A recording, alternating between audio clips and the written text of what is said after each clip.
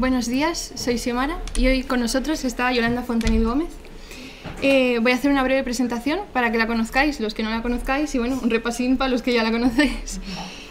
Yolanda es especialista en psicología clínica y profesora en la Universidad de Oviedo. Ha dedicado y dedica gran parte de su tiempo a la docencia. En la actualidad imparte clase en el grado de psicología, así como en los másteres de género y diversidad y psicología general sanitaria. Además, está acreditada como supervisora docente de terapia familiar por la Federación Española de Asociaciones de Terapia Familiar. Es autora de numerosos artículos científicos relacionados con la violencia de género y otras cuestiones de género, la interacción familiar, la psicopatología y la discapacidad. Así como también ha desarrollado protocolos de intervención psicológica y variados libros, entre ellos el de No es como te han dicho, del cual es también autor Esteban Ezama, que fue ponente en charlas anteriores. Ha colaborado y trabajado en instituciones públicas de salud mental, entre ellas especial mención al Centro de Atención en Crisis para Víctimas de Agresiones Sexuales y al Instituto Asturiano de la Mujer, y también en diversas ONGs de Asturias. En esta misma línea, cabe destacar que es presidenta de la Asociación para el Desarrollo de Habilidades de Organización y Comunicación, también llamada ADHOC, recurso que proporciona asesoramiento psicológico desde el marco de la terapia familiar a víctimas de violencia de género. El continuo trabajo y esfuerzo de Yolanda ha sido reconocido en numerosas conferencias y premios, como por ejemplo la mención especial del Premio Meninas que recibió en 2021 junto con la profesora María Ángeles Salcedo, otorgada por el Gobierno de Asturias, así como un premio recibido el año pasado al mejor artículo científico en el Sistema Público de Salud Mental, en el que se aborda la relación entre adversidades y salud mental de las mujeres. Para concluir, me gustaría decir que para mí y para muchos de los que están aquí presentes, Yolanda es un referente muy importante y un gran ejemplo de profesional que lucha por mejorar el mundo con su trabajo. Gracias por estar aquí hoy con nosotros.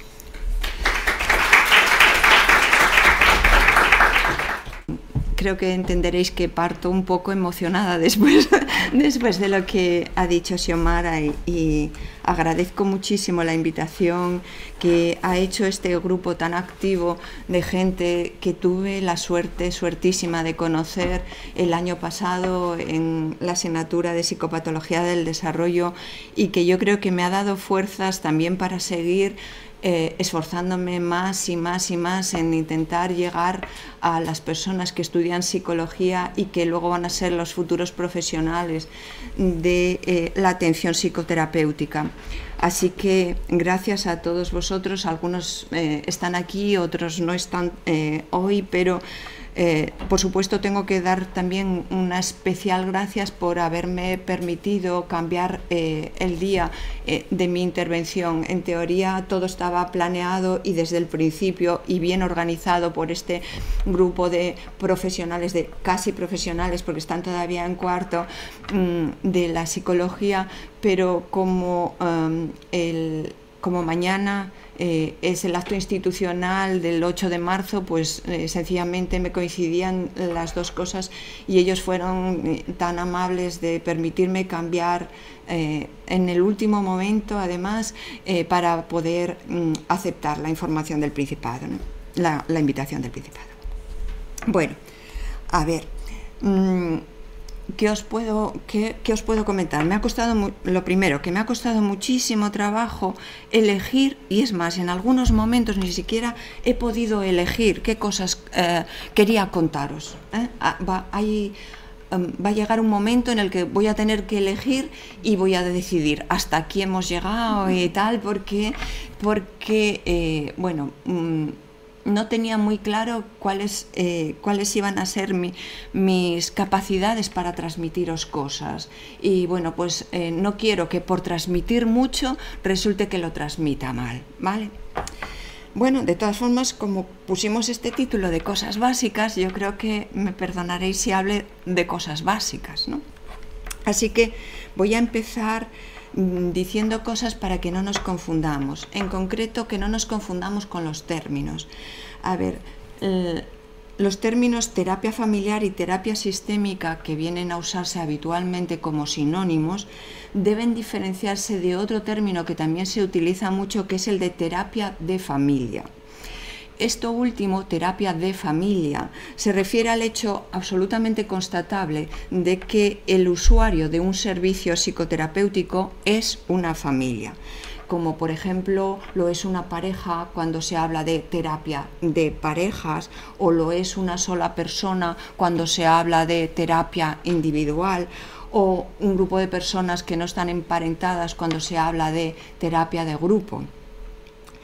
Todas estas modalidades de trabajo psicoterapéutico, de familia, de pareja, de grupo, individual, pueden ser realizadas desde perspectivas teóricas muy diferentes. Por ejemplo, la terapia psicoanalítica de familia, la terapia conductual de pareja, etcétera, etcétera, etcétera. Así que terapia familiar no es sinónimo de terapia de familias. La terapia familiar es una terapia que pueden hacerlo familias enteras, que pueden hacerlo también grupos de familias, parejas, padres e hijos que viven junto con otros familiares, personas emparentadas pero que no viven juntas, personas que tienen lazos de amistad potentes y, por supuesto, personas solas. La terapia familiar es una tradición terapéutica, como la terapia centrada en la persona, como la terapia gestáltica, como la terapia de constructos personales, como la modificación de conducta, como la terapia psicoanalítica o la terapia cognitiva. Es una tradición terapéutica, es una tradición que nació en los años 50 del siglo pasado, no del año pasado, sino del siglo pasado, y que es muy amplia. Hoy en día trabajan muchos grupos dentro de ella, y al mismo tiempo ha tomado mucho contacto con otras tradiciones terapéuticas, ¿no? Esta confluencia con otras tradiciones terapéuticas, por ejemplo, viene dándose mucho más en las últimas décadas. ¿Por qué? Porque las terapias más recientes llevan como la marca que es característica de la terapia familiar cuando nació, que es darle la importancia al contexto. Por eso se llaman terapias contextuales. Así que nos hemos ido como uniendo, como mezclando, ¿no? Como quiero lo de la aclaración de nombres, pues he de deciros de nuevo que los nombres que se utilizan van a ser terapia sistémica, terapia familiar, y en muchas ocasiones oiréis referirse como terapia breve o terapia centrada en soluciones. La verdad es que siempre nos estamos refiriendo a una tradición que no se caracteriza por una única cosa. Todos los que se adhieren a ella no es que tengan una característica única y exclusiva, pero es verdad que muchos de nosotros, los que nos llamamos a nosotros terapeutas sistémicos, somos terapeutas que damos mucha importancia a las relaciones familiares a la hora de buscar soluciones a las quejas de las personas que nos están consultando, y por lo tanto nos llamamos terapeutas familiares. También es verdad que muchos de nosotros entendemos que las estrategias que unas personas usan para vivir o para malvivir, si es que están sufriendo, están muy firmemente unidas a las personas con las que interactúan, y por lo tanto somos terapeutas sistémicos.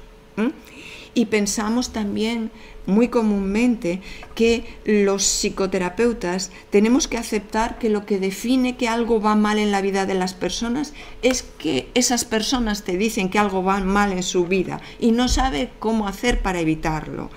Y por lo tanto nosotros vamos a tener que adaptarnos a las personas que nos consultan mucho más de lo que ellas van a tener que adaptarse a nosotros. Es siempre mejor que aprovechemos todos sus recursos, los recursos con los que ya cuentan, a que tengamos que enseñarles otros nuevos. Y eso hace que también seamos breves, terapeutas breves. Bueno, así que estamos hablando de nombres, pero estamos hablando de contenidos, porque la aproximación sistémica y su lógica del sufrimiento y de la curación se diferencia de forma radical de las demás, puesto que parte de la convicción de que no se puede entender lo que las personas hacen y lo que las personas sufren sin entender las relaciones interpersonales en las que esas personas están viviendo su vida, lo que les da sentido. En nuestra cultura el núcleo más brutal, más fuerte es el núcleo familiar, pero también hay otros núcleos relacionales que importan si queremos entender lo que da sentido a nuestra vida. Hablar de psicoterapia, entonces, es hablar del campo del sufrimiento y también de su alivio, ¿no? Es hablar del sufrimiento y de cómo se alivia. Tanto uno, la psicoterapia, como el otro, el campo del sufrimiento y el alivio, tienen su lógica y tienen sus actores, y se sobreentiende que quien auxilia a otro que sufre para llevar a cabo la curación deba primero conocer la lógica del sufrimiento. De esta manera y de esta lógica se derivan las herramientas que vamos a considerar adecuadas para paliarlo, para ponerlas en funcionamiento si queremos paliarlo. Así que una, como yo, considere que la naturaleza de un determinado padecimiento se debe a la posesión del maligno, se deba a un trauma infantil mal resuelto, se debe a niveles descompensados de algunos neurotransmisores o a cualquier otro proceso, va a determinar que yo le atribuya a la persona que sufra un problema neurofisiológico, un problema sobrenatural o un problema subconsciente XXXX, ¿no?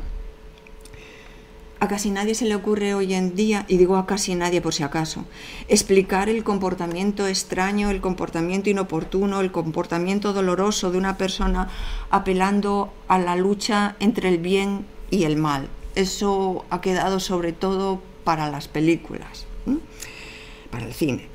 Pero esto no ha sido siempre así. Históricamente la explicación de la locura está en el maligno, sobre todo.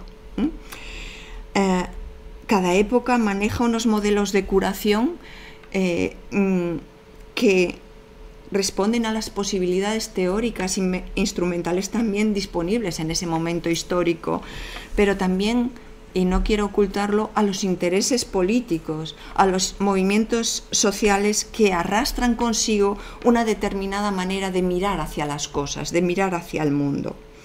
Actualmente en nuestra sociedad, la forma dominante de entender y tratar el sufrimiento psicológico es considerar que se deriva de procesos neuroquímicos. Este modelo, por supuesto, está más justificado que el modelo que hasta el Renacimiento se consideraba, que era el de procesos sobrenaturales. Aunque ambas concepciones son productos igualmente de un momento histórico, lo cierto es que una es más eficiente que la otra, pero una y otra obedecen a intereses de grupos muy poderosos que por distintos medios intentan ahogar la discordancia, las personas que piensan de otra manera. La Iglesia Católica antes, la industria farmacéutica y médica ahora. Así que, como hemos dicho, la lógica sistémica es otra forma de lógica del sufrimiento y de la curación. No busca para el sufrimiento explicaciones que residen en la persona, ya sean intrapsíquicas o neurofisiológicas, no, lo busca en las relaciones que mantenemos las personas con otras personas con las que convivimos, y sobre todo con las figuras que resultan más significativas y más importantes para nosotros y nosotras. Mi depresión no es una característica de mi persona, no es una descompensación de mis neurotransmisores. Mi depresión es mi forma de relacionarme con los demás en mis circunstancias vitales, con mi sufrimiento vital. Así que esta es la lógica sistémica. La evolución del pensamiento sistémico en psicología va unida a la evolución de la terapia familiar. En la década de los 40-50, es verdad que hubo algunos terapeutas que empezaron a interesarse por motivos diversos en invitar a familiares a las consultas psicoterapéuticas. Sobre todo, esto se desarrolló en, digamos, las primeras instituciones que se crearon para el tratamiento de veteranos de guerra. Sobre todo ahí empezaron los psicoterapeutas a invitar a familiares a acudir a los lugares donde sus familiares recibían ayuda terapéutica. Sobre todo su objetivo era no era meterlos en terapia, sino obtener datos acerca del paciente, de quien ellos consideraban el paciente, para poder mejor encontrar soluciones para ese paciente. Lo que ocurrió es que no se encontraron solo con eso, se encontraron con una nueva lógica del sufrimiento, se encontraron y descubrieron patrones de funcionamiento familiar que estaban claramente relacionados con las patologías que ellos estaban tratando. O sea que se encontraron con la lógica propia de lo que luego se iba a llamar terapia familiar o terapia sistémica. La terapia familiar la terapia familiar es un movimiento que comienza, ya digo, como hacia el medio siglo en los Estados Unidos. El movimiento se organiza en torno a una idea que aún se mantiene de que para que una psicoterapia sea eficaz debe tener en cuenta al conjunto de personas relevantes para la persona, y que desde los poderosos modelos médicos a esta persona se le llama paciente. Lo que os voy a presentar entonces sigue el esquema del que nos servimos en nuestro trabajo como psicoterapeutas. Es un esquema que comprenden, cómo nosotros concebimos a las personas, cómo concebimos su comportamiento, cómo concebimos el desarrollo psicológico, cómo concebimos sus vidas, cómo concebimos la realidad. Pero también una forma de concebir los problemas psicopatológicos y una forma de concebir la terapia. Claro, por mucho que quisiera, en el tiempo que tenemos, sé que es imposible hacer todo esto, así que me voy a centrar como en la última parte, aunque hagáis cursos en las anteriores, ¿no? Digamos que, a diferencia con lo que ocurre con otras tradiciones, psicológicas, psicoterapéuticas, lo primero que nos encontramos de raro en estos terapeutas sistémicos raros es que no existe una figura central, no existe el padre de la sistémica. Realmente sí que no existe Freud, no existe un Pavlov, no existe un Peirce, no lo tenemos, Pero yo creo que por la trascendencia y por la envergadura que tuvieron las investigaciones del Mental Research Institute, del MRI, del grupo de Palo Alto, fundado por Donald Jackson y Virginia Satir, yo creo que se debería empezar un poquito a hablar de ellos. O sea que si queremos hablar tenemos que hay múltiples padres, madres y lógico para ser una terapia familiar, por otra parte, ¿no? Bueno, así que vamos a mirar a esta gente. El estudio de los resultados y de los procesos de comunicación interpersonal, que es la marca de la sistémica, porque todo lo que sucedió allí implicaba que había muchísima gente que estaba muy preocupada por el estudio de la comunicación. Pues digamos que el boom comienza en la década de los 60 con este libro que para mí fue sorprendente cuando lo conocí al finalizar mi carrera de psicología, que es Pragmatics of Human Communication. La verdad es que este libro ejerció un profundo impacto en toda la clínica, pero no solo en la clínica, sino en la teoría de la comunicación, en la cibernética, para bien y para mal, pero mucho impacto. Lo cierto es que Pragmatics no dice nada acerca de cómo la comunicación puede usarse para conseguir dinero, que eso significaría un cierto boom ahora mismo, poder conseguir dinero. Pero aunque no tenga nada que ver con la ingeniería genética, con ciencias lucrativas, lo cierto es que sí que os puede ofrecer información acerca de las formas en las que la gente puede pensar y actuar sobre la comunicación, acerca de cómo puedes mejorar las relaciones con familiares, con amigos, con conciudadanos, y por supuesto os puede dar muchas ideas acerca de cómo entender y mejorar las relaciones psicoterapéuticas, ¿no? Realmente las claves del cambio están en las primeras páginas de Pragmatics, Lo primero que nos dice Pragmatics es que si estamos trabajando en un campo de la psicopatología y queremos entender lo que en un momento determinado no entendemos, lo inexplicable, lo primero que tenemos que hacer es abrir nuestro campo de observación para incluir el contexto en el que esto que nos llama la atención tiene lugar. Lo primero que nos dice es que hay que estudiar los fenómenos comunicativos. Realmente a mí me acompañan siempre estas tres imágenes, que hago siempre no sé, como un homenaje a Lorenz, porque no solo es que él nos sirva como ejemplo para ver la necesidad de entender y de ampliar nuestro foco hacia el contexto en el que tienen lugar los fenómenos, sino que nos recuerda, o por lo menos a mí me recuerda que esto que soy y de lo que presumo que es ser un ser humano, realmente tiene los mismos principios de estudio que otros seres con los que convivimos, ¿no? Entonces, que yo soy un animal igual que otros, ¿no? Me ayuda a reconocerlo, y estas imágenes siempre me acompañan cuando hablo de comunicación. Digamos que en Pragmática de la comunicación humana realmente lo que se dice es que si tenemos que dar un cambio, y necesitábamos un cambio porque en la década de los 60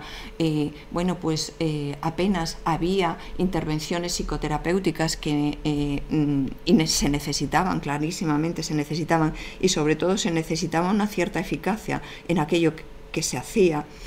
Bueno, pues lo primero que ellos proponen es que pasemos del estudio deductivo de la mente al estudio de las manifestaciones observables de la relación, y el vehículo de esas manifestaciones observables de las relaciones entre los seres es la comunicación, porque en Pragmatics lo primero es que comunicación y conducta se usan virtualmente como sinónimos, porque como bien dicen ellos, realmente no es que la conducta sean solo que la comunicación sean solo las palabras, cualquier persona que piense en la comunicación como conjunto de palabras se equivocará radicalmente.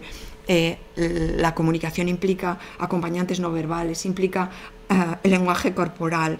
Desde esta perspectiva de la pragmática de la comunicación humana, toda conducta, todo comportamiento, todo lo que estamos haciendo, no solo el habla, es comunicación.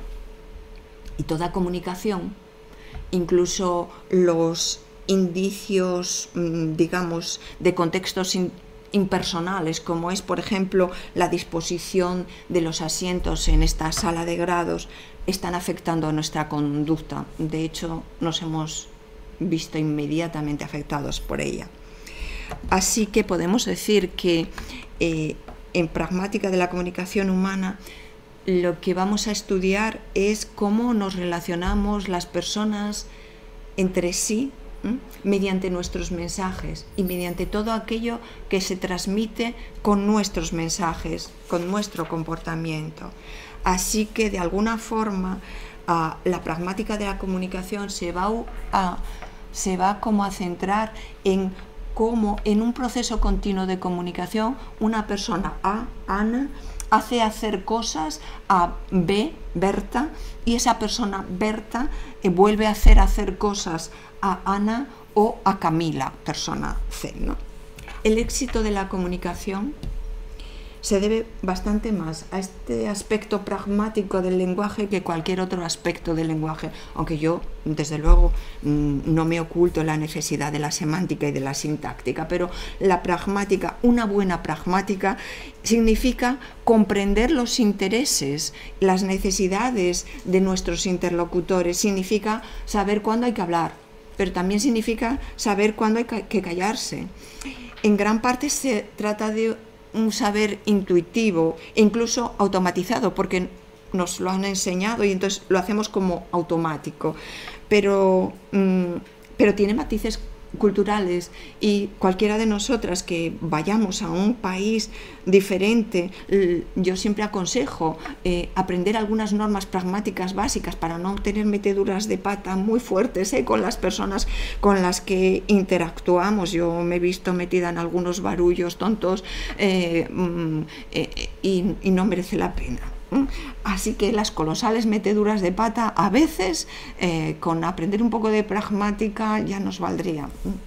Si queremos entendernos y que la comunicación fluya, es más fácil acertar teniendo en cuenta las señales que informan de cómo se va sintiendo el otro, lo que yo estoy haciendo aquí con vosotros,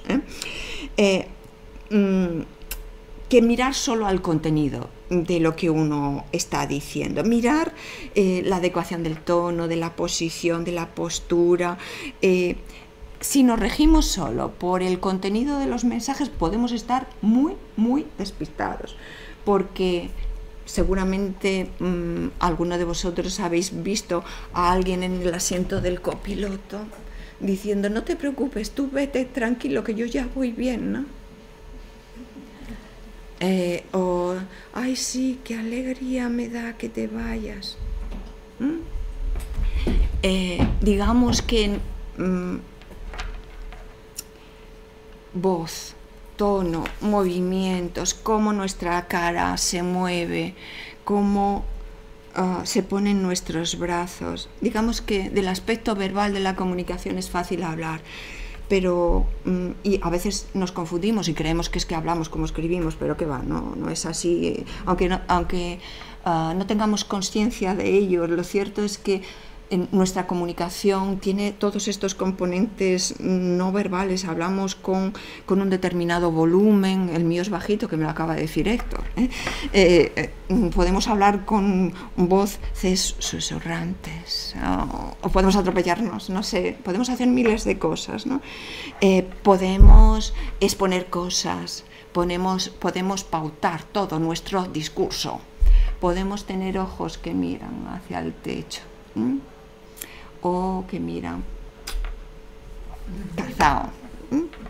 Bien, tenemos que mirar los cambios en la tonalidad de nuestra piel, como si estamos en terapia, esto es fácil de ver. Podemos ver cómo nos orientamos con nuestras piernas, con nuestro cuerpo.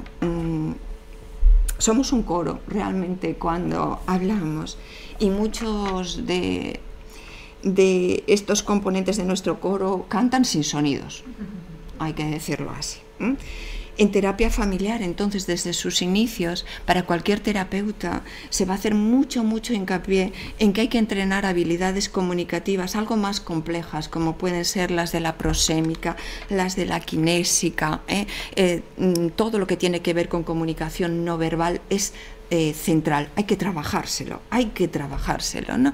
Aquí puse también unos ejemplitos que arrastro de sesiones de terapia familiar, pues porque nos están comentando cosas, sobre todo cuando vemos las diferencias entre unas y otras.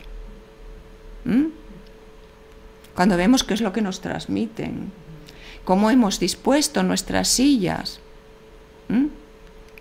Bueno, digamos que como terapeutas debemos saber analizar y modular y controlar los procesos de comunicación en los que participamos.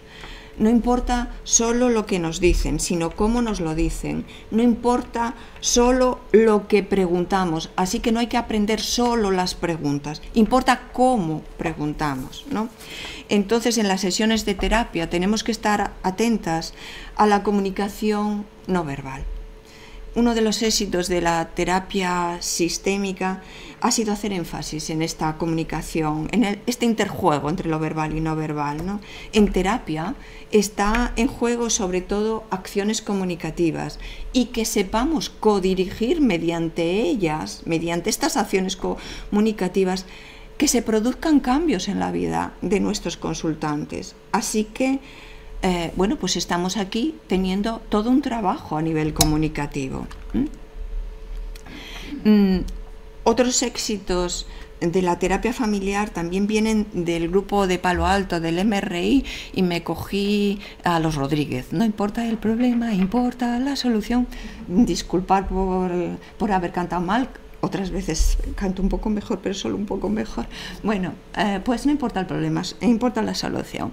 Aquí fueron ellos los primeros que hablaron de cómo los intentos de solución forman parte del problema. También introdujeron la necesidad de que en las entrevistas tuvieran un formato. Introdujeron el valor del trabajo en equipo, la supervisión directa. En la década de los 60 pensaron que estaban locos los propios terapeutas porque querían que la gente fuese a mirarles, se observaban. Todas estas cosas como el valor del trabajo en equipo, de la supervisión, como de hay que tener previstos todos los formatos de las entrevistas y las técnicas, las tenemos que tener disponibles, que ahora pertenecen a todos los modelos, ¿no? En el MRI fueron pioneros en realizar las entrevistas con más de un miembro de la familia y al mismo tiempo, por ejemplo, fueron pioneros en usar la cámara Gesell, normal ahora mismo, el espejo unidireccional. Fueron pioneros en que grababan las sesiones terapéuticas y que trabajaban con estas sesiones terapéuticas analizándolas luego desde la perspectiva del análisis de la interacción para ver qué es lo que estaba produciéndose en terapia. Esta era como la organización de las sesiones en aquella época, ¿no? Que tampoco, bueno, todavía se sigue. Un terapeuta ve a la familia en la sala de terapia, mientras otros terapeutas observan a través de un espejo unidireccional, a través de una web.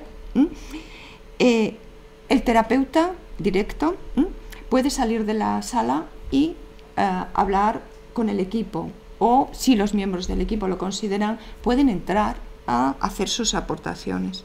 En aquella época las conversaciones terapéuticas se grababan con una cinta magnetofónica. Supongo que os acordáis de aquel invento infernal que se deshacía todo y que luego había que darle vueltiquinas con un bolígrafo. Pues en aquella época se grababa con estos métodos rudimentarios, las cintas magnetofónicas. Pero lo importante es que una vez por semana todo el equipo se reunía para discutir los casos. Esto no se hacía antes. ¿Y qué intervenciones tenían? Deciden entonces invitar a otros terapeutas porque lo que ven es que el grupo pequeñito que era del Mental Research Institute, que eran como unos 6, 8 terapeutas, pensaban que necesitaban más gente para tener más opciones de entender los procesos de terapia y diseñar técnicas para ayudar en las soluciones, ¿no? Comienzan entonces a tratar a familias, a parejas, a individuos. Se centran primero sobre las interacciones, sobre el modo en que las personas se comunican entre sí, lo analizan, también sobre cómo te describen a ti el problema y cómo lo hace, quién lo hace. De acuerdo con los preceptos básicos de terapia familiar, lo que intentaban era comprender la función del problema para esta familia. Después de analizarlo, entonces era importante que los terapeutas llevasen a una interacción diferente a las personas que consultaban, ¿vale? Yo creo que Jay Haley fue el primero en utilizar el término estratégico para describir cualquier terapia en la que un terapeuta diseña activamente las intervenciones, se convierte en agente activo en promoción del cambio familiar y demás. Y yo a Jay Haley os lo recomiendo leer en algunos de sus libros, pues el de terapia para resolver problemas, por ejemplo, está bien. El mío favorito es las tácticas de poder de Jesucristo, pero no, ese no os lo recomiendo así sin más, ¿no?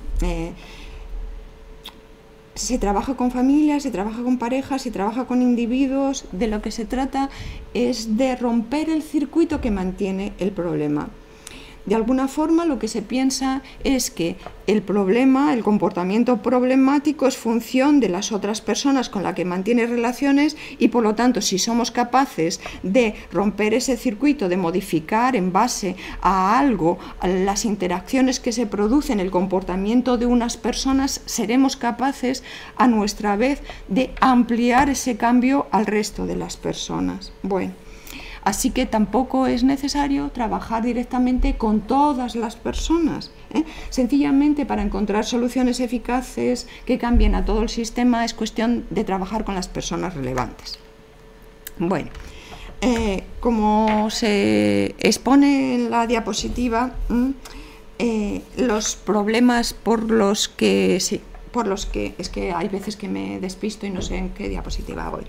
Los problemas por los que se consulta se deben, como punto de partida, a un mal manejo de las dificultades cotidianas. Las dificultades entonces surgirían en base a que las personas tienen un determinado problema que intentan solucionar, pero que intentan una y otra vez implementar las mismas soluciones que son ineficaces y que incrementan el sufrimiento, incrementan entonces la gravedad de la situación. De alguna forma, es que hoy es el día de la logopedia.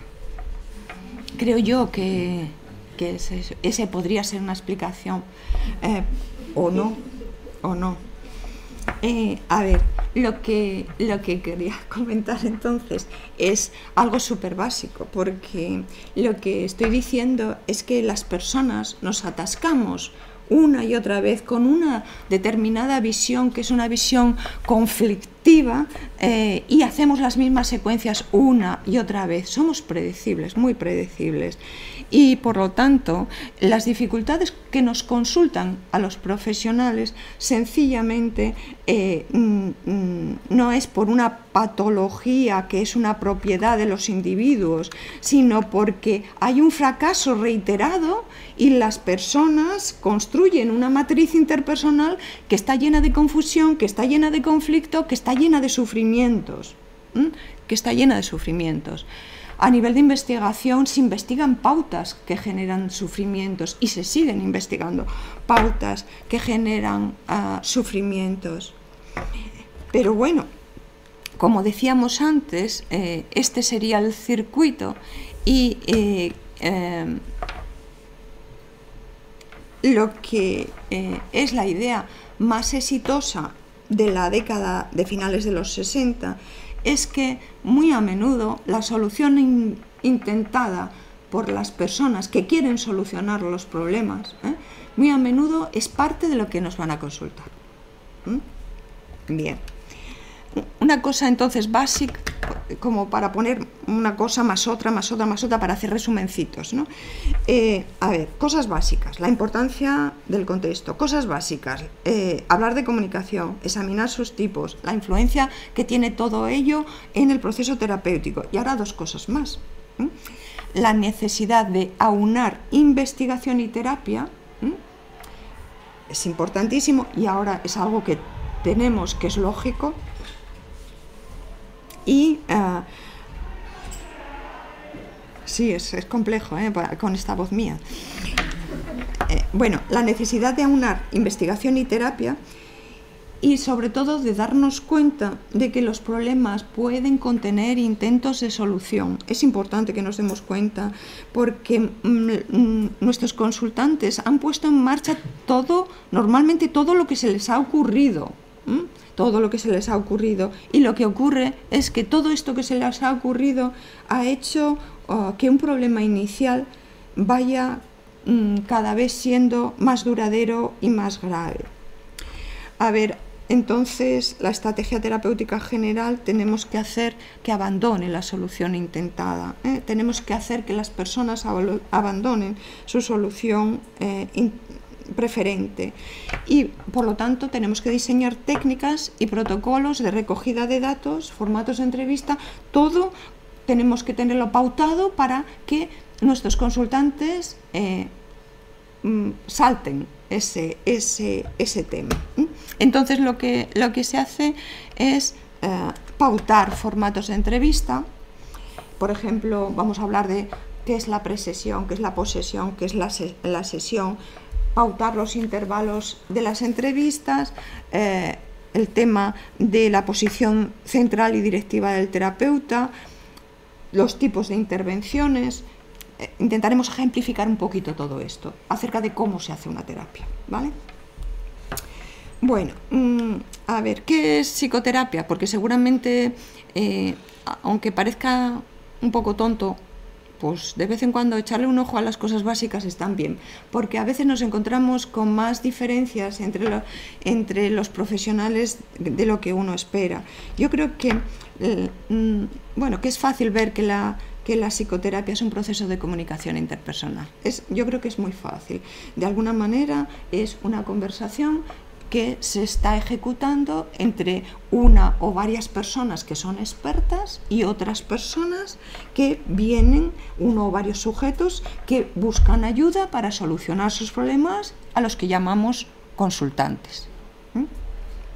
El propósito entonces de la psicoterapia sería encontrar el modo en que las consultantes puedan producir cambios para evitar esos fracasos reiterados que derivan en una disfunción psíquica, ¿no? Lo que motiva su queja. Así que realmente los psicoterapeutas tratan fracasos, no tratan síntomas. El objetivo de la psicoterapia es alcanzar las metas de nuestros consultantes, remediando los fracasos que se revelan en las quejas, lo que nos cuentan. La psicoterapia es una actividad conjunta en la cual intentamos resolver problemas. La psicoterapia se hace entre consultantes y terapeutas. No es algo que la terapeuta les haga a sus consultantes. No, no es eso. La psicoterapeuta, de hecho, no puede saber sin ayuda de sus consultantes qué acciones para nada pueden ser útiles o no útiles o inútiles del todo respecto a los miembros a los consultantes, porque no quiero poner solo que sean familia, ¿no? A ver, realmente entonces los psicoterapeutas estamos en una conversación que es una conversación acerca de conversaciones. Fijaros, hay la conversación que tenemos con nuestros consultantes, pero es que luego lo que nos están contando nuestros consultantes también son conversaciones entre ellos, que nosotros no estamos ahí, pero ellos sí están y nos las cuentan. Tenemos entonces que, aunque solo sea por darnos cuenta que que la psicoterapia es una actividad conjunta de resolución de problemas, que son conversaciones acerca de conversaciones, tenemos que reconocer algunas cosas básicas. Y es, por ejemplo, que el papel absolutamente central de nuestros consultantes, porque hay veces que los terapeutas somos súper presumidos y hemos tenido éxito. Eso sí, los consultantes pueden fracasar, pero nosotros hemos tenido éxito, ¿verdad? Bueno, digamos que ver de esta manera la psicoterapia nos dice que tenemos que saber cuáles son los objetivos que tienen nuestros consultantes al pedirnos ayuda. Tenemos que facilitar una conversación en la que nos los expongan. Tenemos que facilitar una guía para construir conocimientos que les permitan emocionarse, que les permitan pensar, que les permitan actuar de una manera más efectiva en su vida, no en nuestra vida. La tarea del terapeuta entonces es guiar un poquito de manera útil para las personas consultantes. Pero el trabajo de cambiar la vida no lo hacemos nosotros, lo hacen los consultantes y las consultantes. La interacción entonces que se produce en la sala de terapia es una conversación en la que el terapeuta participa, pero tiene ciertas cualidades que debemos promover los terapeutas, y una de ellas es la colaboración. Debemos siempre promover interacciones colaboradoras con nuestros consultantes. podemos utilizar espejos unidireccionales, circuitos cerrados de televisión. ¿Por qué? Porque lo necesitemos. En muchas ocasiones se utilizaban precisamente los espejos unidireccionales o los circuitos cerrados de televisión porque un terapeuta no estaba suficientemente ducho para hacer un análisis de la interacción que se producía en la sala de terapia y al mismo tiempo dirigir la terapia. Así que tenían que tener como auxiliares, como métodos auxiliares. Bueno, digamos que algo que nos importa es que construyamos un modelo de psicoterapia en el que el terapeuta tiene que favorecer una interacción que es colaboradora, pero que el cambio lo producen nuestros consultantes y lo producen nuestros consultantes en sus vidas.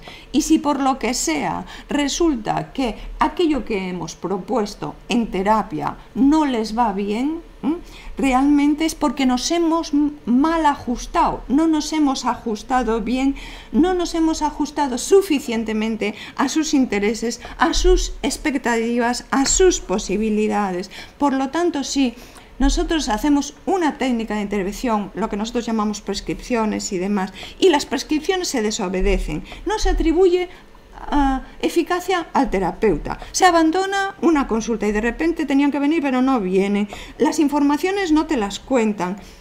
Todas estas cosas tienen que ver con desajustes entre lo que hemos propuesto y las personas que nos consultan, la vida de las personas que nos consultan. No se trata de quedarnos tranquilos y pensar, como no han hecho lo que yo le he pedido, no, se trata de, no han hecho lo que has pedido, a ver cómo te las apañas para obtener otras cosas, ¿vale? Aportaciones, entonces, ¿qué podemos hacer? Mirad, cosas que nos ayudan a mantener una relación colaboradora. Tener muy claros los formatos de la entrevista. Y los formatos de la entrevista los vamos a ver ahora. Vamos a empezar. Por ejemplo, lo primero es que algo característico de la terapia familiar es que comienza antes de la primera entrevista conjunta. Es muy raro, pero es verdad.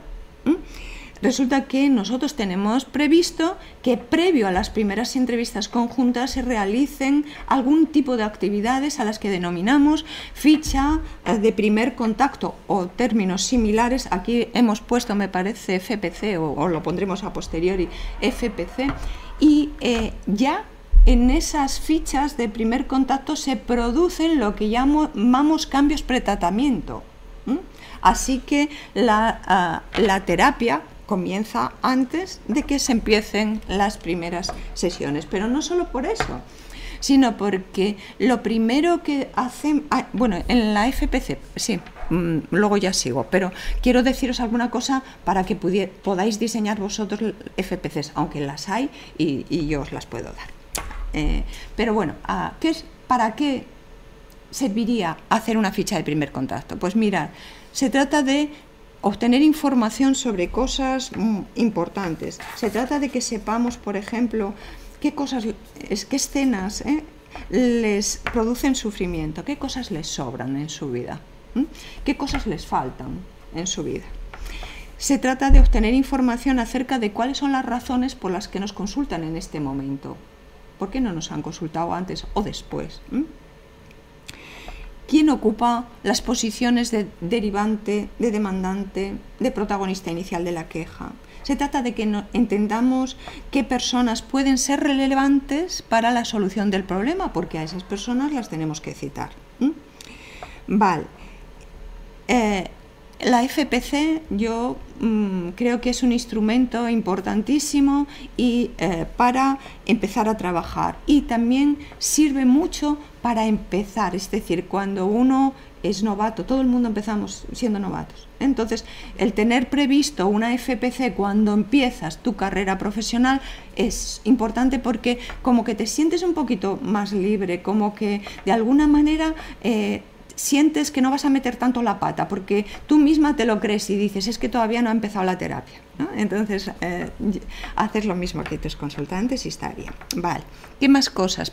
Bueno, pues ahí os puse cosinas acerca de preguntas que pueden entrar en vuestras FPCs. Pues, por ejemplo, a ver, ¿cuándo comenzó el problema?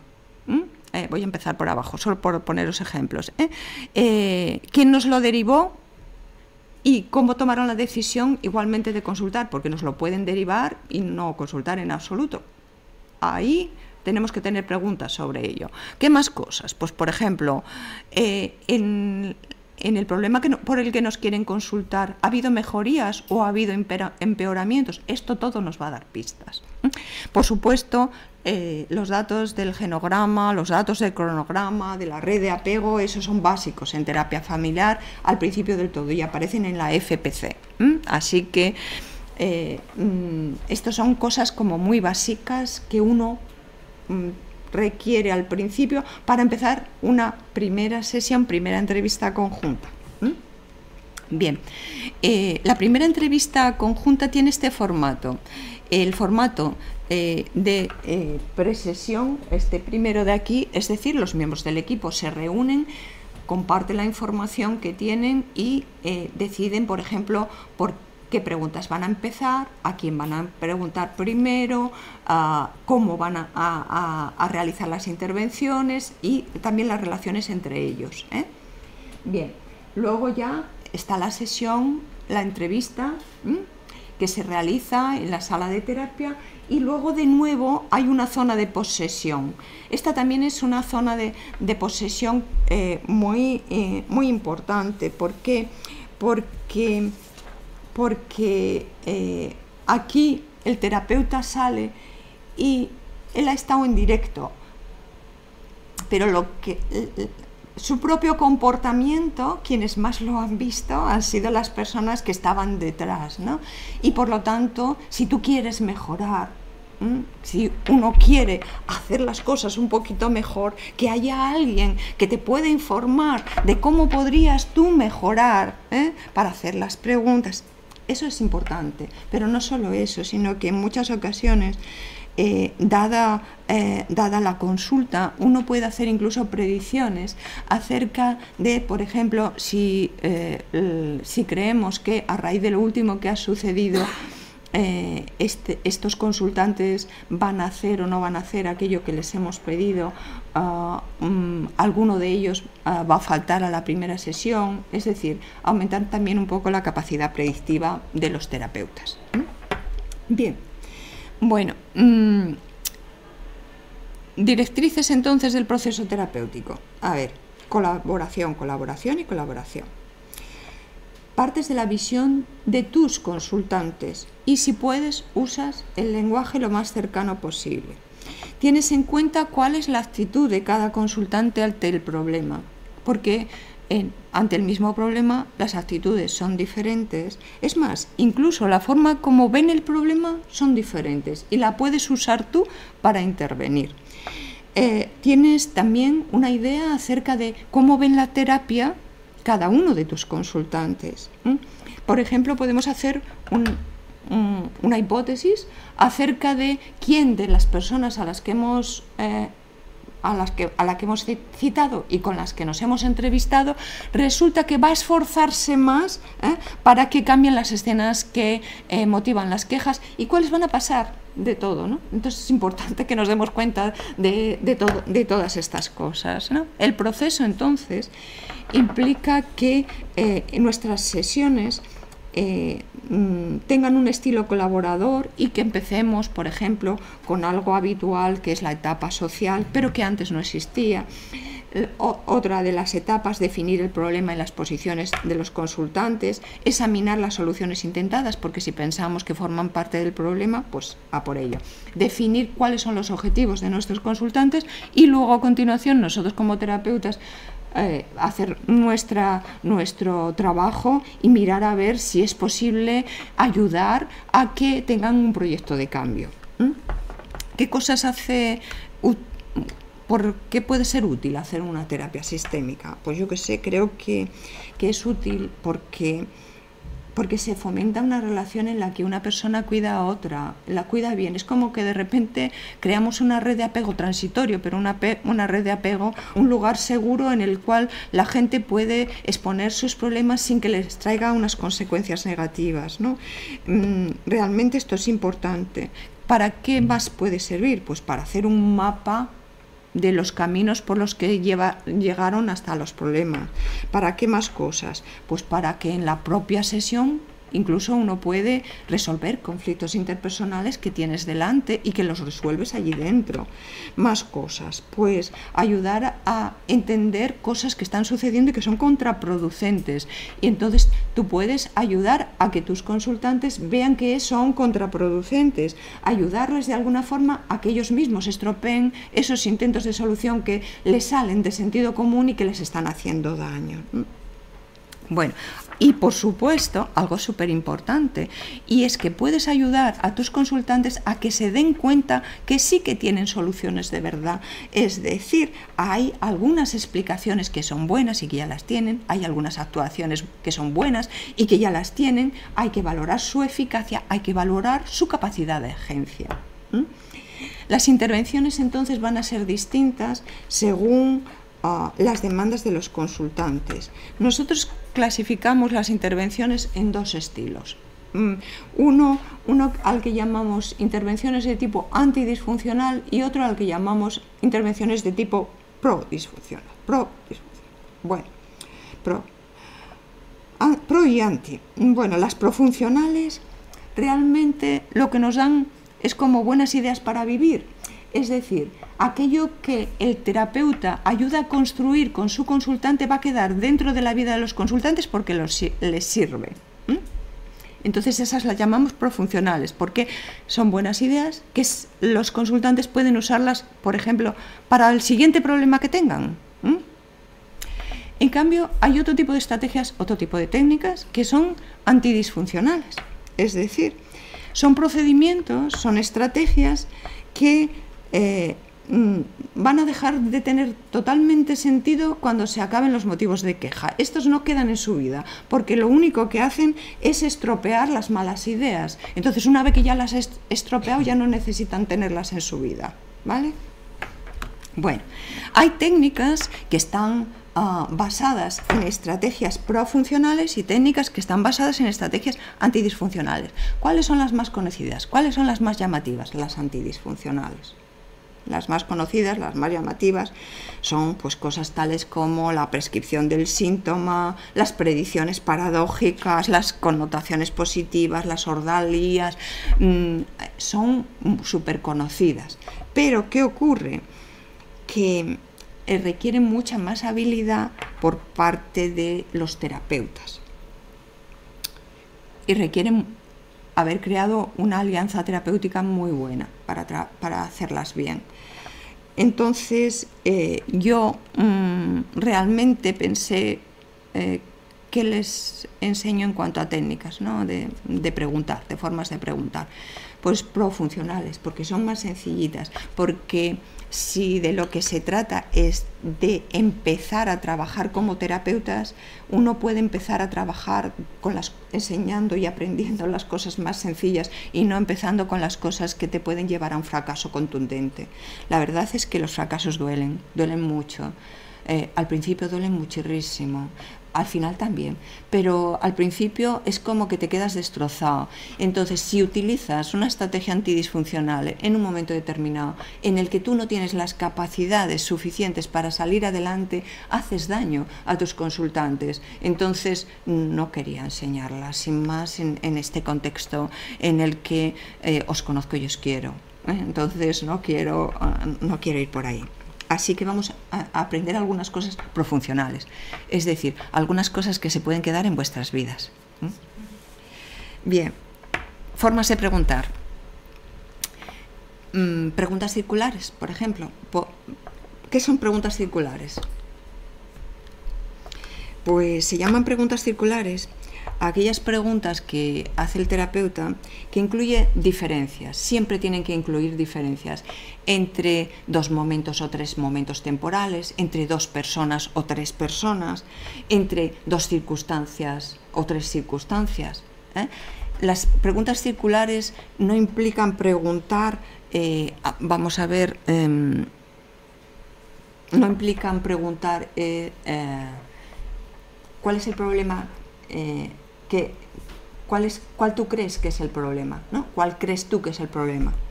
Sino que implican preguntar por diferencias, implican meter al menos a otra persona más cuando no a más personas, meter otro momento más que este de aquí cuando no más momentos. Es decir, de alguna forma las preguntas triádicas buscan, por ejemplo, que podamos preguntar a alguien acerca de la relación de otras personas, porque he de deciros que cuando le preguntáis a alguien, oye, ¿y tú cómo te llevas con tu padre? Te dice muy bien. Entonces, una de las cosas buenas es que podéis utilizar preguntas circulares y podéis preguntar a otra persona cómo se lleva tu hermano y tu padre. ¿Quién crees que se lleva mejor? ¿Tu hermano y tu padre o tu hermana y tu padre? Preguntas circulares. Exigen prestar muchísima atención a la comunicación no verbal, pero como estoy insistiendo tanto en la comunicación no verbal, pues es aquí también, ¿vale? Entonces, preguntas. Me parece que aquí puse un ejemplo, pues por ejemplo, que era la de ¿mejoró o empeoró la relación entre tus padres después de morir tu abuela? Como veis aquí, tenemos una persona que es a quien le estamos preguntando, 2 personas, un padre, 3 personas, una madre, 4 personas, una abuela, ¿vale? Pero también pueden ser preguntas explicativas, es decir, buscan secuencias, ¿no? Y entonces, ¿por qué crees que tu padre se apoya más en tu hermana mayor? ¿Quién está más convencido de que hay algo malo en el sistema nervioso de tu padre, de tu hermana? Os puse de la hermana, entonces voy a decir de tu hermana. Y después de esta persona, ¿quién iría? Y luego, ¿quién iría? Y luego, ¿quién iría? Así que estas son preguntas que denominamos circulares porque siempre están basadas en diferencias, ¿vale? Os pueden ayudar a ir diseñando vuestras propias entrevistas. Preguntas sobre alianzas. A ver, si queremos conocer cómo funcionan y cómo se han creado las alianzas en un núcleo familiar, por supuesto las puedes detectar tú, pero también puedes preguntar por ellas, ¿no? Vamos a ver, ¿quién se sentía más cerca de tu hermano antes de que fuera arrestado? Y ahora, después de que ha sido arrestado. Preguntas hipotéticas. Otro tipo de preguntas circulares. Si no hubieras tenido hijos, ¿sería más o menos probable que permanecieseis juntos vosotros dos dentro de 5 años? En una terapia de pareja, ¿verdad? Circulares, ¿vale? Si en vez de papá fuera mamá la que se ausentara tanto tiempo de casa, ¿qué hubiera pasado? Preguntas circulares. Tengo que elegir, porque ya he visto la hora, solo un tipo de intervención más. Así que me pongo a ello. Voy a saltar incluso cosas, creo. Voy a mover esto de aquí y voy a saltar cosas. Bueno, como ya os he comentado, una de las cosas importantes aquí es que hayamos sabido en esta primera sesión, y luego no perder el objetivo, pero sabido en la primera de las sesiones, saber cuáles son las metas de nuestros consultantes, ¿no? Entonces, dependiendo de qué metas tengan y de para qué nos estén pidiendo ayuda, para qué tipo de digamos, de componente de un proceso de resolución de problemas, nos estén pidiendo ayuda, tenemos técnicas diferentes. Yo voy a elegir una sola y una sola profuncional y que tiene que ver con cuando nuestros consultantes nos delegan la fase de actuación dentro de una dinámica de resolución de problemas.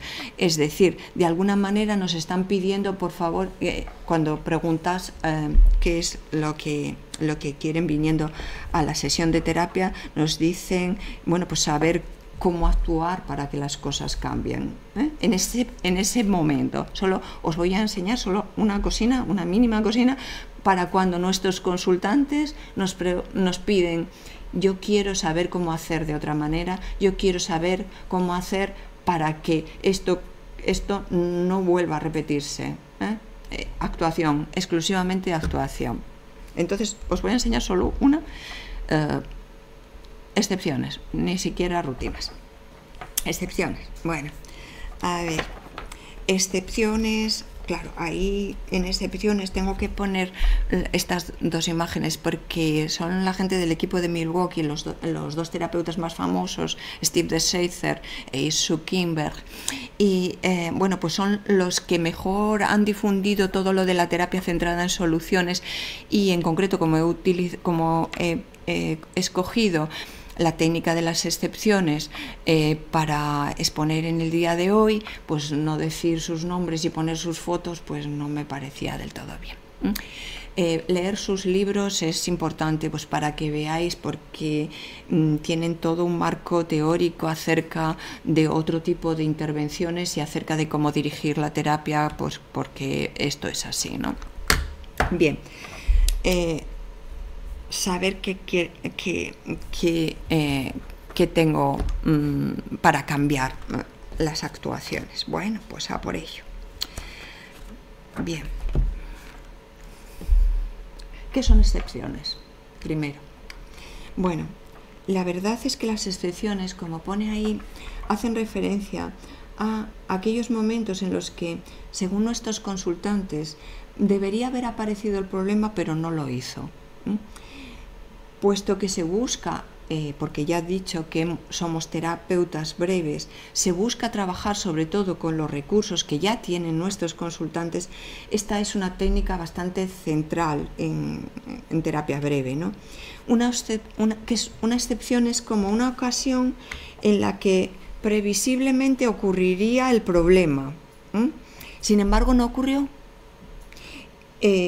Esa tarde en que salió el tema que les hace discutir a las hermanas y que hace que acaben tirándose de los pelos y que tengan que acabar un padre y una madre separándoles, etcétera, etcétera, esa tarde no discutieron, sorprendentemente, pero no discutieron. Cuando se detecta una excepción, el terapeuta estudia la situación y trabaja para intentar que se repita esa excepción y para que se amplíe.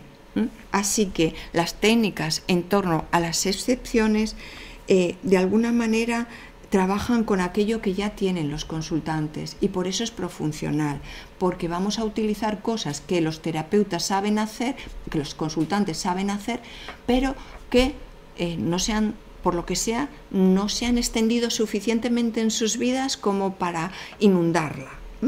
Las cosas buenas que hacen no les inundan. La verdad es que trabajar con excepciones es fácil.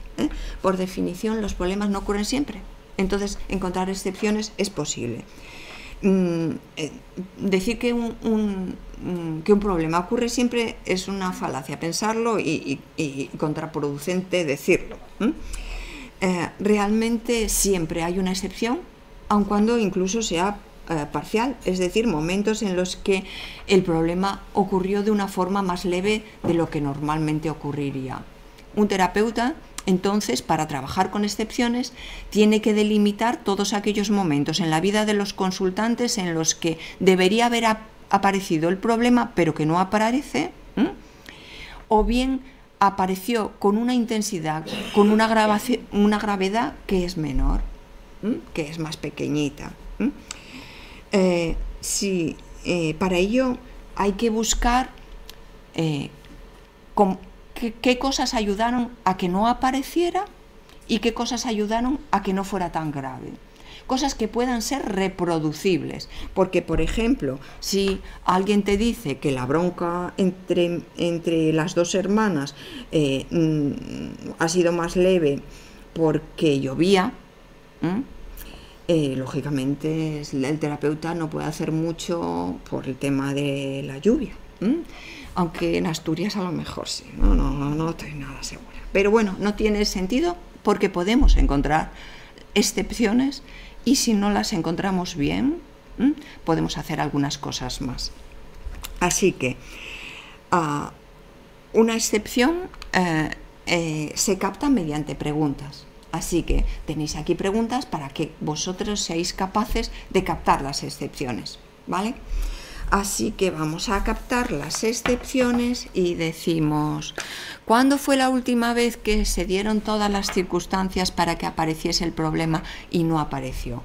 Os he puesto una pregunta formato, ni se os ocurra hacerlo así, sencillamente vosotros ya sabéis cuál es el problema. El problema que he puesto ahí es lo que ya sabéis que os están consultando y vosotros, como lo tenéis bien delimitado, no vais a preguntar fue la última vez que se dieron todas las circunstancias para que apareciese el problema y no apareció, sino que diréis exactamente para que sucediese esto y esto otro y esto otro y no sucedió, ¿vale? Pregunta. ¿Os fijáis rápidamente en qué es lo que ha sucedido? Porque son las excepciones, es decir, lo que sucedió en esa vida, eso ya lo han hecho bien y podemos ampliarlo, A ver, aquí podemos, con esta primera pregunta que os he puesto como formato típico para que vosotros podáis trabajar tranquilamente, podemos detectar el tipo de excepción que estamos encontrando con nuestros consultantes, Hay excepciones a las que vamos a denominar excepciones deliberadas. Bueno, vamos a hacer primero alguna otra pregunta, porque tengo un poquito de miedo que al ir corriendo no hagamos las preguntas también adecuadas. Aquí hay que hacerlas también. A ver, después de que os cuentan cosas, sí, os han contado secuencias, pero no os quedan claras, no os queda claro quién hizo qué o cómo sucedió qué.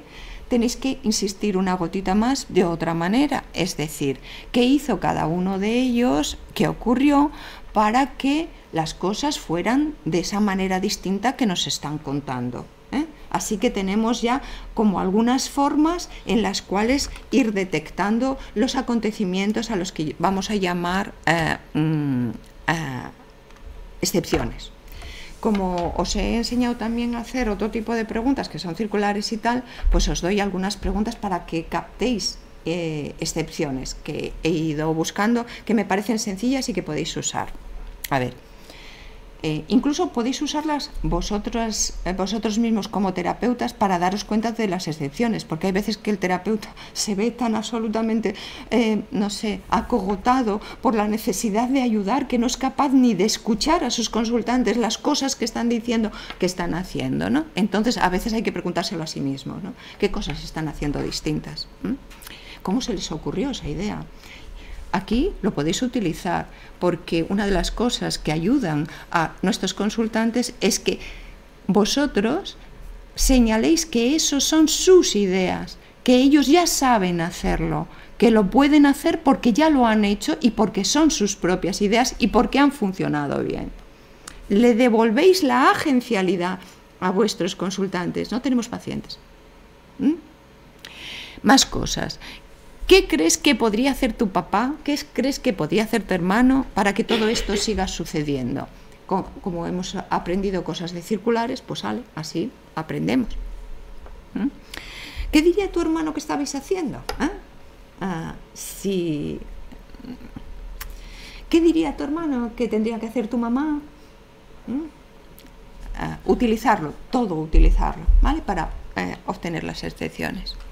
Desde luego, si las excepciones son del tipo de las que llamamos excepciones deliberadas, el trabajo es más fácil para el terapeuta, porque sencillamente es marcarlas marcar las excepciones, marcar que aquello ha sucedido, que funciona, devolverle la agencialidad a vuestros consultantes y pedir que lo repitan, pedir que lo amplíen, pedir que lo utilicen de aquí hasta la sesión siguiente.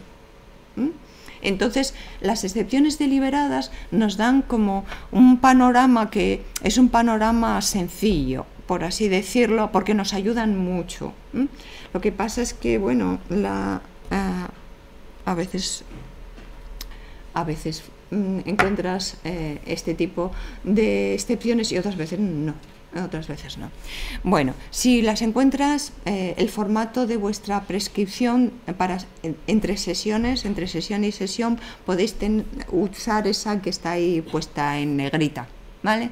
La de durante la próxima semana puede ser buena idea continuar haciendo lo que funcionó esa vez y registrar cualquier otra forma que aparezca de conseguirlo. Por supuesto, de nuevo vuelvo a decir que puede ser buena idea continuar haciendo y tenéis que decir lo que sea. No decir continuar haciendo lo que funcionó esa vez, tenéis que decir lo que sea y señalárselo a cada uno y elogiárselo a cada uno, porque cada uno es quien hace y quien aporta la solución que funciona, ¿vale? Y eso sí, si se os ocurre cualquier otra forma de conseguirlo, apuntarla, porque así lo hablamos en la próxima semana, ¿vale? A veces las excepciones no son deliberadas y a veces las excepciones son casuales, es decir, a veces nuestros consultantes nos informan de excepciones obvias para nosotros como terapeutas, pero que de verdad que ellos ni las ven como tú, ni nada parecido. Es más, incluso son incapaces de describiros nada que pudieran haber hecho ellos para conseguir éxitos. Nada de nada. A esto no se llama excepción deliberada, sino excepción casual. Lo estoy simplificando todo lo que puedo. Entonces, hacemos las preguntas para identificar que la excepción es casual. Y lo que tenemos que hacer es que, como terapeutas, vamos a convertir esto que es casual en deliberado, ¿vale? Hay muchas formas de conseguir esto, pero os voy a dar dos tareas fórmula. Dos formas de conseguir que una excepción que es casual se vaya convirtiendo en deliberada, ¿vale? Hay una tarea fórmula que sería pedirles a vuestros consultantes que cada uno de vosotros lleve un diario detallado de lo que hace cada uno de ellos cuando creen que va a aparecer el problema pero que no aparece. Entonces que luego vayan y se lo apunten todo. Esta es muy sencillina y se hace en muchísimas terapias. La otra tarea fórmula es una tarea de predicción y es una tarea que tiene efectos guapos de ver. Entonces, bueno, pues está bien. Yo, la verdad es que no confiaba mucho en ella, pero no sé. Entonces, lo que funciona, funciona. Da igual que tú confíes o no. Si ha funcionado, pues ha funcionado. Bien. Entre este momento y la próxima vez que nos reunamos, les sugiero lo siguiente.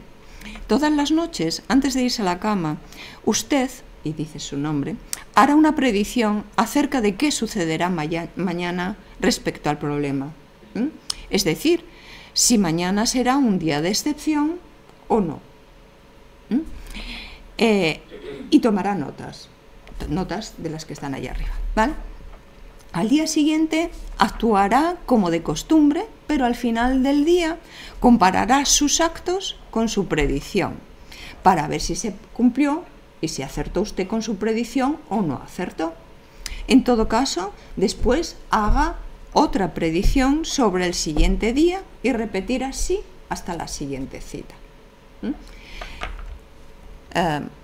Situaciones en las que no se contempla la posibilidad de esto no, es que no tengo ni idea, es que no soy capaz, es que de ninguna manera, es que nunca he sabido decir cuándo va a suceder. Bueno, pues formas hay de construir excepciones y esta sería una forma de construir excepciones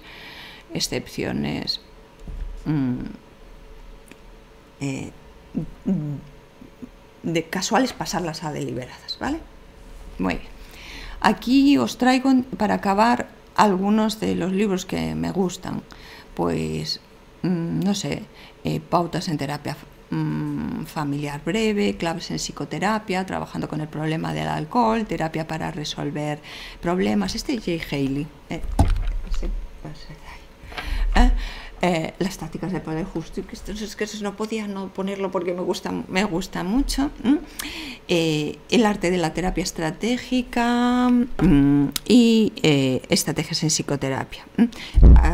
En el del medio, terapia de ordalía es una antidisfuncional y es más fastidiada para ver. Otras, pues por ejemplo, cambiando lo incambiable, 200 tareas en terapia breve, 24 ideas para una psicoterapia breve, algunos libros que os puedo aconsejar para que leáis, para que vayáis diseñando vuestras propias intervenciones y vuestros propios conocimientos como terapeutas, ¿no? Y nada, gracias por vuestra presencia, y lo que pongo ahí es mi deseo. Buscas siempre la mejor manera de que vuestros consultantes obtengan formas mejores de estar en su vida. Buscadlo siempre, ¿no? Creo que no busquéis sentiros maravillosamente, bueno, o sí, pero sobre todo eso otro. Muchas gracias.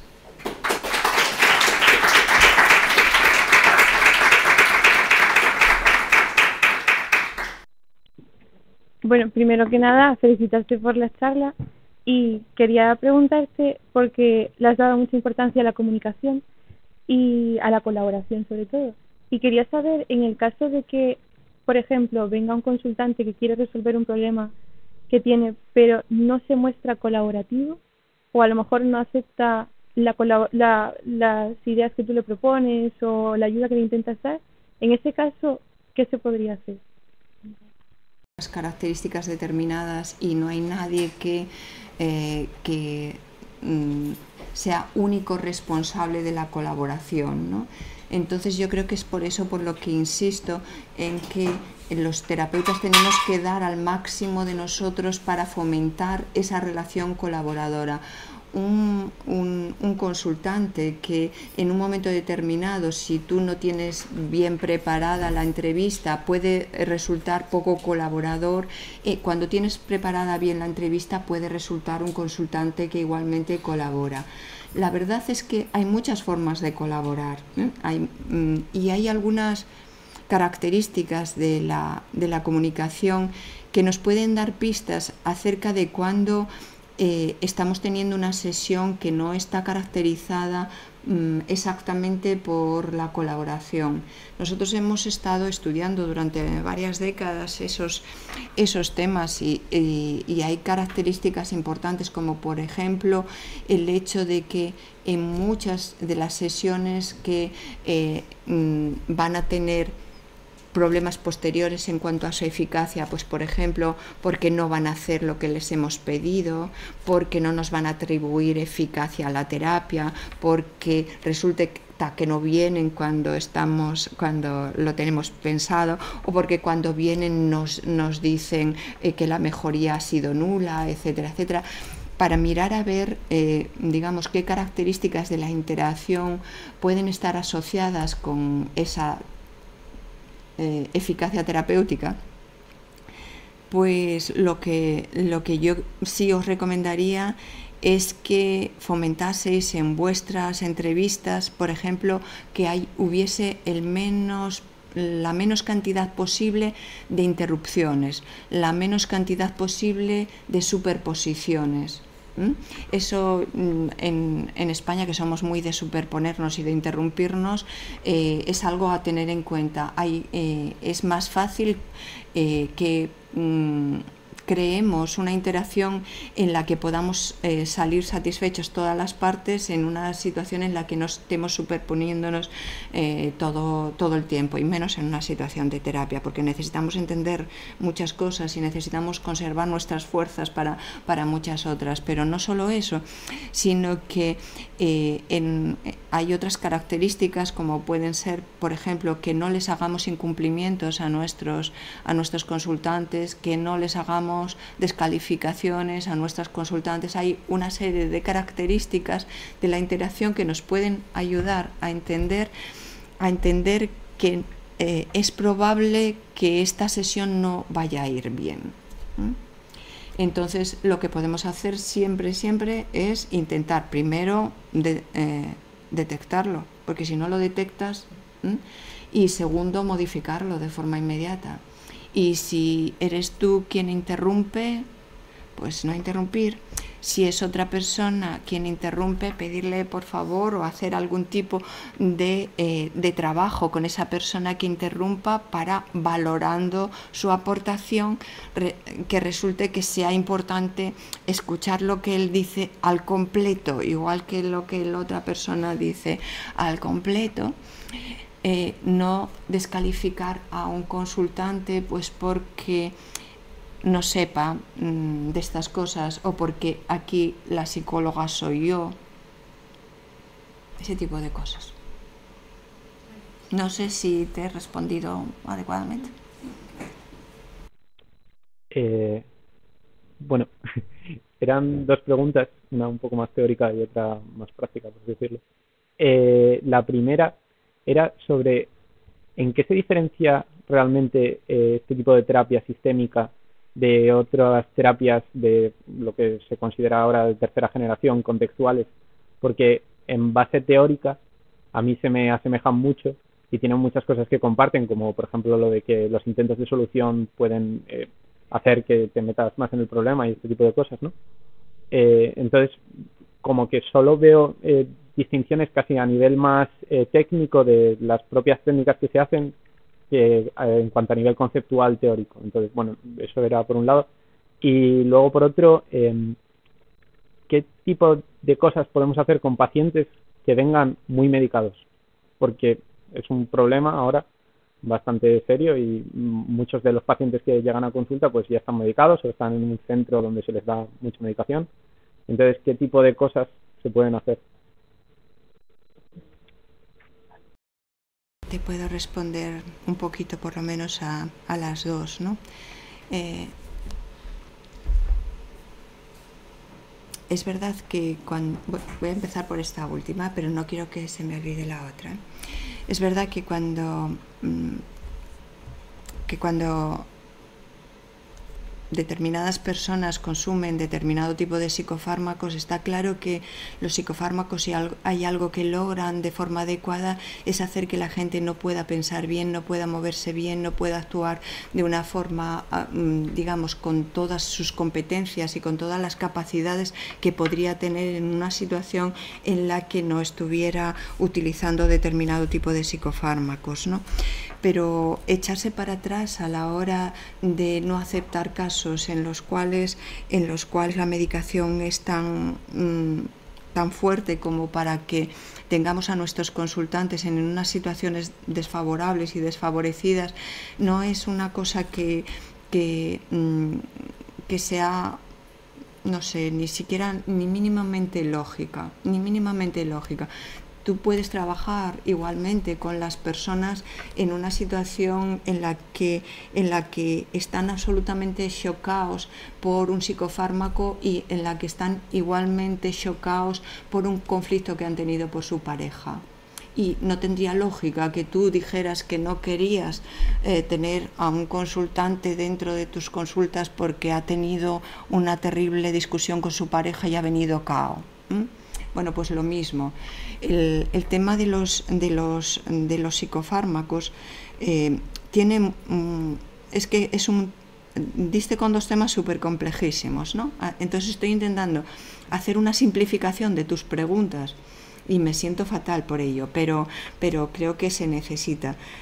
Una terapia con una persona que está consumiendo determinadas cosas es igual que una terapia con una persona que no está consumiendo determinadas cosas. Tú tienes que saber cuáles son las situaciones de las personas, cuáles son sus objetivos, cuáles son sus metas, cuáles son sus competencias, por dónde podemos tirar para que obtenga otras cosas y ver cómo podemos de alguna forma ir guiando para que su vida, que está siendo difícil ahí fuera, sea capaz de hacer cosas diferentes, ella y otras personas más a su alrededor, y que no impliquen tanto sufrimiento como el que han llegado.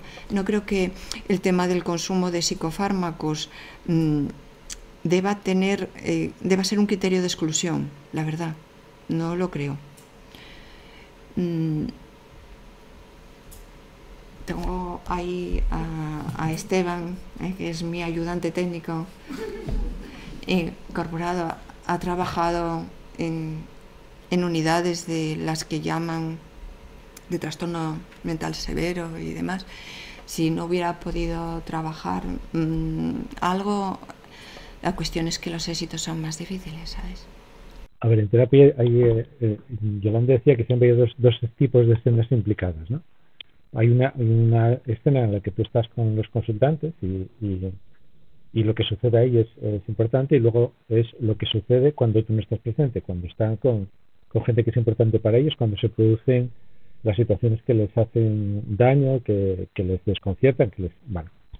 Entonces, con una persona que está muy medicada o simplemente que está muy colocada con cualquier cosa, no hace falta que sea un psicofármaco, puede ser alcohol, María, lo que quieras, ¿no? La posibilidad de hablar sobre lo que sucede fuera de la sala de terapia se reduce mucho. Incluso puede ser con niños pequeños también te pasa lo mismo, porque no pueden contar exactamente qué es lo que ocurre y demás.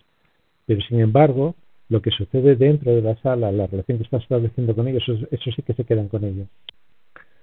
Y es algo muy, muy sencillo, y probablemente sea un factor común de cualquier terapia, que es que cuando la gente se siente bien tratada, se siente mejor, ¿va? Entonces, tú no puedes plantearte que alguien va a solucionar un problema cuando está colocadísimo, cuando está, vamos, medio borracho, etcétera, etcétera, porque no va a poder planear muchas cosas, ni va a poder acordarse de lo que has estado hablando con ellos, ni nada por el estilo, ¿no? Pero sí puedes hacer que se sienta mejor cuando sale de la sala que antes de entrar, ¿va? Y a partir de ahí empezar un camino, ¿no? Yo creo que ese es el tema. A ver, y algo que tiene que hacer cualquier persona que esté tomando psicofármacos, digamos, puedes tener gente que le gustan los psicofármacos, mucha gente que le gustan los psicofármacos. Hay algunos que son mucho más desagradables que otros y es más difícil engancharse, ¿no? Pero hay gente que le gustan las benzodiazepinas, pues es una cosa que bueno, se parece bastante a los efectos del alcohol en ciertas dosis, etcétera, y que le gustan, ¿no? Yo me imagino que estás pensando en gente que está tomando neurolépticos, entre comillas antipsicóticos, ese tipo de cosas que son mucho más incómodas. El problema para cualquiera que esté tomando eso es cómo convencer a su psiquiatra o a la gente que está alrededor de que le recete menos. Y eso sí puedes planearlo con la gente, ¿sabes? Tú puedes decir, bueno, ¿qué tienes que hacer para que tu psiquiatra tenga menos miedo de lo que tiene ahora? Porque fundamentalmente los psiquiatras recetan psicofármacos porque tienen miedo, no es por otra razón. Es que cuanto más miedo tienen, más psicofármacos recetan, es así. Entonces el consultante puede planear contigo qué decir o qué hacer para que la psiquiatra esté más tranquila y no le suba las dosis, o para convencerla de que se salte el protocolo y baje ligeramente las dosis, y así poquito a poco. Ese yo creo que es un enfoque, ¿no? Tus preguntas eran amplias y además importantes. Y había una que tenía que ver con la relación entre las escuelas de psicoterapia, ¿verdad? Yo creo que la relación entre las escuelas de psicoterapia pueden tener como visiones y ópticas como diferentes. Yo creo que he vivido la zona en la que la lucha entre las escuelas de psicoterapia era la predominante. La lucha era una lucha a muerte, es decir, de lo que se trataba era de aniquilar a todos aquellos terapeutas que tenían una óptica diferente a la tuya, ¿no? Realmente lo que sucede es que gracias a la investigación, yo creo, de repente empiezan a salir datos que son muy importantes acerca de factores comunes a la psicoterapia, y entonces de repente toda la lucha de estos no sirven, estos hay que aniquilarlos, hay que sacarlos de aquí, de allí, de todos los sitios, eso empieza a tener como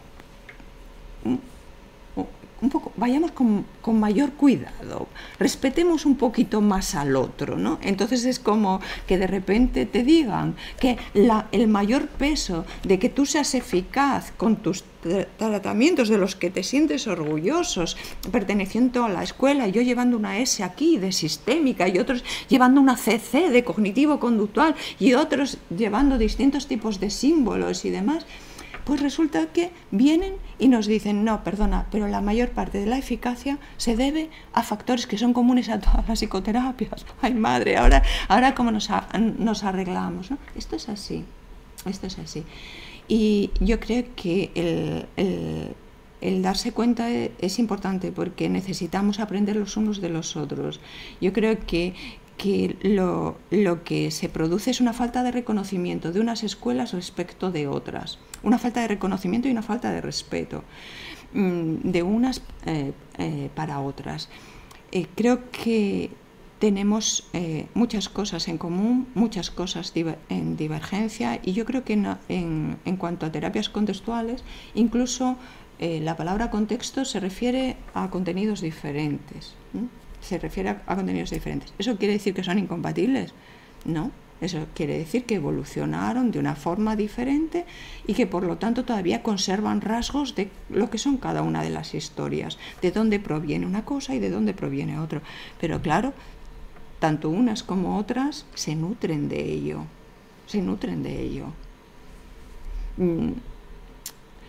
Yo no soy muy ¿cómo decir? Ecléctica, no sé si creo que no soy muy ecléctica o no tiro mucho por el eclecticismo, pero lo que sí tiro es por la terapia, por la eficacia de la terapia. Y si las investigaciones nos dicen que todas las terapias son eficaces en un porcentaje dependiendo de determinadas variables que tienen que ver con la relación con el proceso de terapia y con el terapeuta, entonces hay que trabajárselo. ¿Tenemos técnicas? Sí. Esas son el otro porcentaje de varianza. Cualquier pregunta que me queráis hacer, de todas formas ya sabéis dónde estoy, el 221, y allí mismito me encuentro y por los pasillos y esas cosas.